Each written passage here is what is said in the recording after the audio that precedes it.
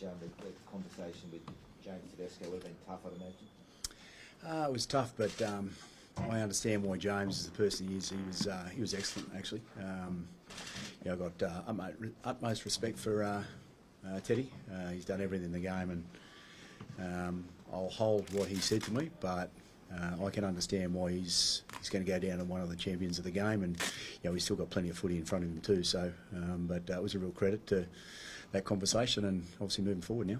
Did he say he still wants to play in New South Wales? We didn't get into those details, and as I said, I'll sort of keep those things to myself. But as I said, he's a champion of the game, and he's playing some good footy. So it was a big decision and a great decision. And obviously, when you come to Dylan, he's a player that's been playing at the highest level. He's played in 4 grand finals. We all know his stats, and he's won 3. And I think he's probably one of the most consistent players that I've seen for a long, long time, over a long period of time. And I just felt from my gut that it was the right time to give Dylan the opportunity to play. And I'm really, really happy and confident that he's going to come in and do really well. What's the latest on Nico's arm? Are you confident that he'll be able to get through this week's work? Yeah, I've got some really good staff, obviously with me, and they're in continual communication with the Sharkies staff as well. So had a scan yesterday. It looks really good. There's no further damage. I think it actually looked better. So I think he's got through that now, and obviously I'll talk to my staff over the next couple of days and work out how we go about his training. But the conversation I had with him yesterday, one being extremely excited about the fact that he was in the team, which was a pretty special phone call in itself. He's ready to go, and I've spoken to a lot of players over the last couple of months, and albeit you're faced with many different scenarios of what the team may or may not be. I'm really super confident with how Nico's been, and just listening to his conversations of what he's actually faced over his career and what he's learnt. I'm really looking forward to how he comes into camp, and he's a leader. Match, do you have a day where you need him to be training well, particularly given the amount of new combinations? I reckon he'll hit the ground running on day one. It's what we're working towards. But yeah, we're really confident where he's at. He'll be able to train from day one.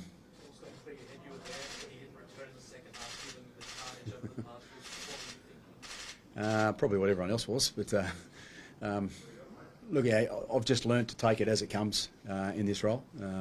Plenty of people have told me you decide your team basically when it was at 4:30 yesterday or 5 o'clock yesterday, and that's exactly what I did. And as I said, because I'd spoken to so many players, the wider squad, which we sat in this room and we actually spoke about that. What happens in the Origin arena could be anyone at any time, and we've seen that over the years on many occasions where someone's come in and performed and become one of the all-time greats of the blue jersey. So that to me is what we discussed, and obviously you see someone potentially go down, but I also know that I've got some great people, and the squad, I'm really happy with my squad. I've watched a lot of those players, watched pretty well every single one of their games. I did talk about when I was going to pick the team that I wanted them in form, and that's really a lot of what I see all those players across how I look at the game. They're all in really good form, and just the confidence in how they're talking and what they're saying. That gives me real confidence in what we're going to do this week. Matt, you've been coaching a long time at different levels. Was not picking James Tedesco the toughest decision you had to make as a coach? And when did you make the decision, or when did you start thinking seriously that you were going to leave now? Look, they're always tough ones, because I've got huge respect, as I said, for all the players. And my job is about making decisions for what I believe is going to take the team towards success. And at this moment, I feel that Dylan, with everything he's done in the game, and I was there at the game the other night, and there was a ball kicked down. He was on one side of the field, and it could have been a 40-20, and he just sprinted to the other side of the field. And that effort that I saw in him, and then from saving the 40-20, he then takes the second carry. They get down the other end of the field, and they put the opposition under the pump. So that to me really solidified my thoughts around this is where we're going. With the decision not to pick Teddy, it's also a change in captaincy. Can you kind of explain why Jakey? Yeah. Well, I mean, Jakey, you see Jakey in this jersey, and you can't ask for I mean, much more when Jake talks about the jersey and the passion that he has for the blue jersey. And it's something there that I'm really keen to, I guess, from a team point of view. We're very fortunate. We're in a big state, and there's a lot that goes on in the state. There's people out in the country. Good times, tough times in the city, and I guess Jakey to me represents a lot of that by the way he talks and the passion that he has towards what the jersey means. And it's something there when I've watched Jake for such a long period of time, and he wears his heart on his sleeve, and I think that resonates with our people in New South Wales. And so that really made the decision for me pretty easy. The fact that, and I can't wait to sit next to him, and he'll probably show emotion at times, and he's a character, and I want that in a captain to show people that what this jersey really means. And everyone knows that I've been out and talking to a lot of the old boys, and they're a big part of where I want to take the organisation and take this space, because you hear a lot of those guys talk about the jersey, and it's quite inspirational actually, that I've been fortunate to sit there and they talk about what that actually means, and the memories that they have of their teammates. And I guess going back to someone like Jake, he represents that for where I want to start on our journey with the team. What was the conversation with? What was Jake's reaction when you told him that he was captain? I think he held his breath for a bit. He just went, "Oh, really?" But you could just see the passion coming out of him right there and then. Exactly the reasons why I wanted to go this way, is that he was that excited. And he probably wasn't sure where he sat, from a team point of view. But I think every time you see Jake wear the blue jersey, everyone can go, well, there's reasons why there's passion, there's reasons why people love playing with him. And he's one of those characters, you love playing with him.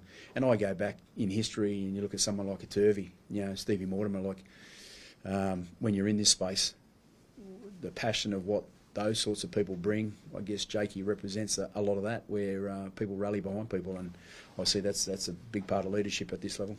Mate, what was the conversation with Dylan Edwards had? That was a really good one, actually. Again, there was a bit of silence, I suppose, at the end of because he said, "Here you go, Madge," and I said, "Mate, congratulations," and it was just silence. And then, he obviously just thanked me, and was so pleased. You could just sense that. And I've had a lot of conversations with Dylan, and he's ready. I mean, we all know, I think we all believe that he's been ready for a long time. So now it's about just enjoying the week and moving towards the game. Cronulla are having to nurse and you go through a fair bit of training and that sort of thing. You're not concerned you're going to have to do that? You think he will be ready to go? He'll be fine, yeah. He'll be what right. makes you so confident about it? Talking to the staff, my staff, the fact that yesterday they had scans, so you just look at all the information that you got. That's why I can make easy decisions, because the information that we got from the scan that he's healthy, and albeit every player at this time of year, you're doing some form of management. I think they're all that's part of it. That's why I bring in the people that I bring in to give me the information about where those players are at, and you have some little bits of management for all players at some stage, but they're pretty confident that he's going to be out in the field on day one, and that's exactly what I want. So I imagine, I know a little bit of the way you think, the last thing you want is a circus around your halfback. Well, that's why I'm telling you that he's going to be okay.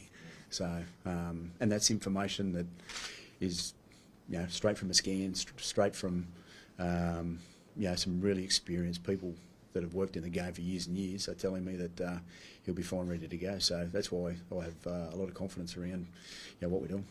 You do your homework, mate. Do you bring in Luke Keary if Nico's not right? Do you move Jerome to halfback? What's the plan? I'll keep that to myself, but obviously, Luke Keary, I've got a long history there, and Luke's made experience at this level, at every level. He's a passionate kid, I should say, when I coached him. But he'll come in and just do what's needed. And when I spoke to Luke, he just goes, "Madge, you just tell me what you need me to do." So, and that's the type of character that we want, And sometimes, over times, you've seen over years where people are just picked in a certain position, a certain period of time, and that's really what we're trying to create with what we're doing. Is that you come in and you're playing for your state, and I think everyone knows that, but that deep-seated part of what it really means is something there that I know Luke Keary can bring to what we're about as well. You were there Saturday night. Jerome Law is really sort of taking his game. Yeah. He's been really impressive in the last couple of weeks, and he's he's probably playing a little bit of a different style, but you've got to give credit to him because he plays a certain style because they're successful, and sometimes players have to do that in certain organisations. But to sort of see him change a little bit of the style, how he's playing nice and straight, and leading the team, and I thought his kicking game was strong. So you get to see a player in a different light when they're put in a different circumstance, and he's definitely taken that. And off the back of conversations that I've had with him, super impressed. He hates Queensland too. Loves a bit of niggle. Is that what you love in the New South Wales? Well, I think that's all part of this space. But we're going to talk about certain things that we want to do on the field and create, and that'll stay in our say.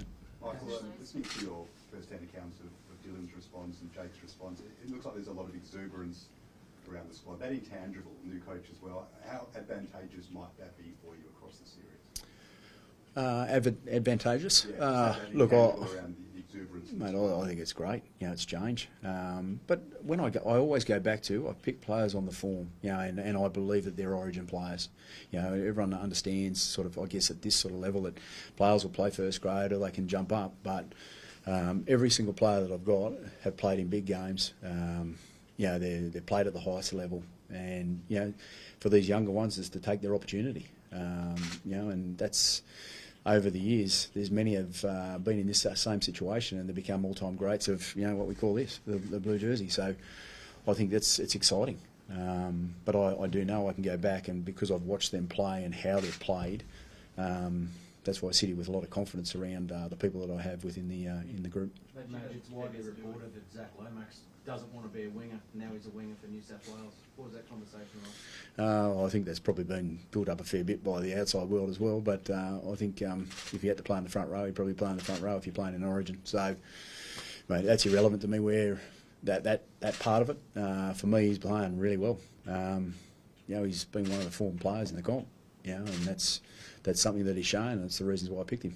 Maybe you had a fair bit to do about Coruscant over Yeah. the journey of his career. Did you speak to him yesterday about his non-selection and I what did, pushed him the way yeah. to Greece? Yeah, look, I think Reece has just been very strong. He's been consistent on both sides of the ball, defensively and with the ball, and that's the way I chose to go. But I spoke to Appy. How did he take it? Good, mate. Appy's a great man. He's a great man. Obviously, I've got to make some decisions around that, but I'm really confident with what Reece can do. He's a strong player.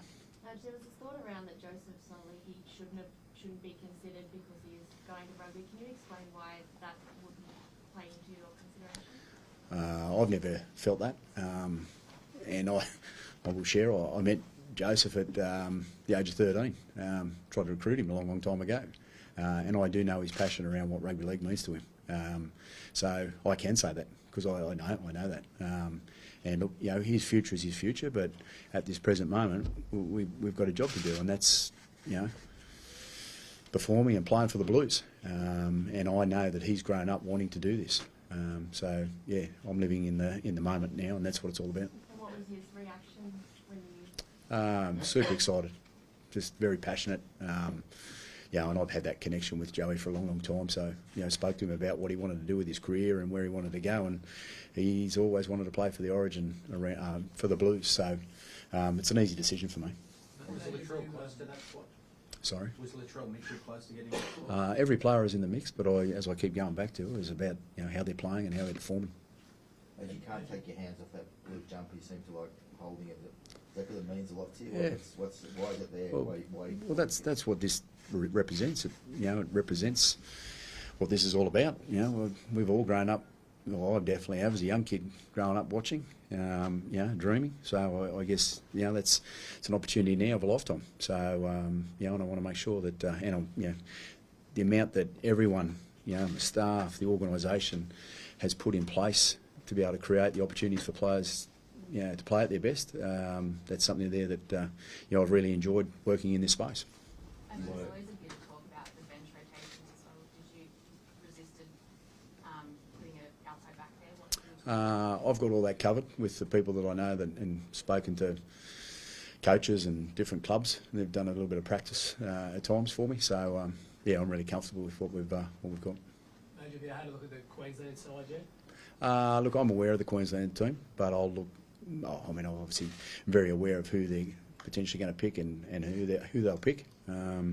But again, I'm very focused around what we've been doing and how we're going to go about things. I understand your passion for this jumper and this job, but you've been linked to Parramatta as well. How do you put that to one side? That's all I'm going to say. I'm so focused around what we're going to do right now. Can you block that out? Yeah, I can. It's easy. You know, when you do a lot of work and you spend a lot of time on trying to create something, those things, you know, this is what it's all about at the moment. And, you know, the one thing I'm going to make sure is that, you know, every moment that we have to be able to create where we want to get and have the success in this jersey is what it's about. Mads, you've talked a lot about passion for the jersey and emotion. How do you sort of marry that with the technical aspects that this team's got to master before next Wednesday? Yeah, I've got some really good staff. Yeah, I've been very selective around the people that I've brought in, and through Matty King, Brett White and Cardi, they've all got their own strengths, but I've known them for a long time.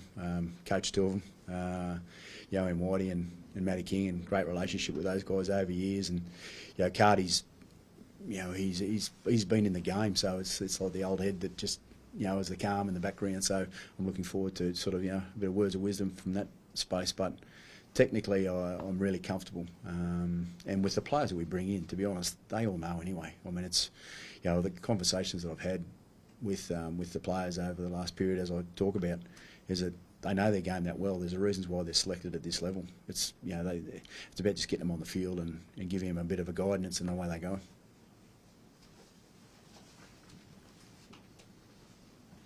All good? All good. Thanks, guys. No worries. Beautiful.